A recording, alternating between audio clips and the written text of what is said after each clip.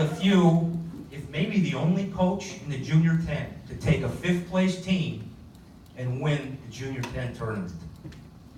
However, it took 2 half-court bomb shots to do that.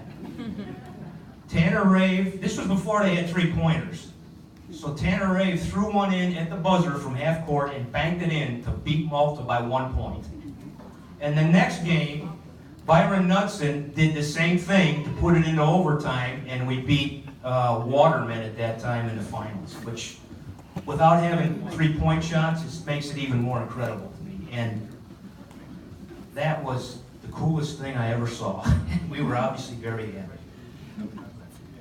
We moved to the new junior high at the high school in 1994. Pat Shelley and I felt like a fish out of water there for a while, but we adjusted as time went on.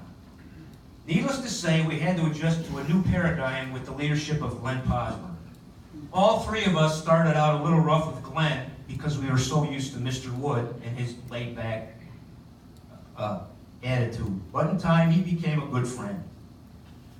I think that crazy trip to an educational conference in Phoenix was one of the highlights of my time at the junior high.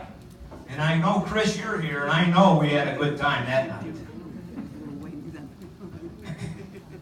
We are still in contact with Glenn. In fact, he's still on the Christmas CD list. I coached the JV softball team here until my bulky right knee said enough is enough. I really enjoyed my time coaching this and had some awesome girls to coach. 2001 brought yet another change. We moved to the new middle school.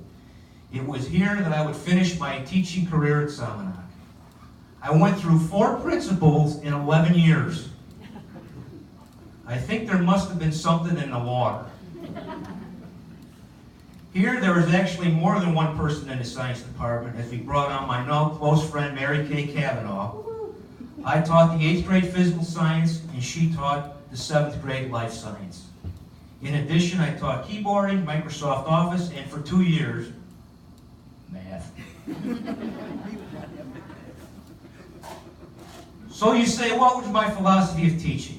My dear friend Pat Myers would call us old school. Know the material, get your homework done, and behave yourself in class. For many years, the 6th graders would come over from the grade school, and Bobby kind of touched on this, when we were at the junior high, and they would get a stern lecture from me on how we don't stand for a lot of nonsense in our classes. I have been told by former students that they probably had to change their underwear after that speech.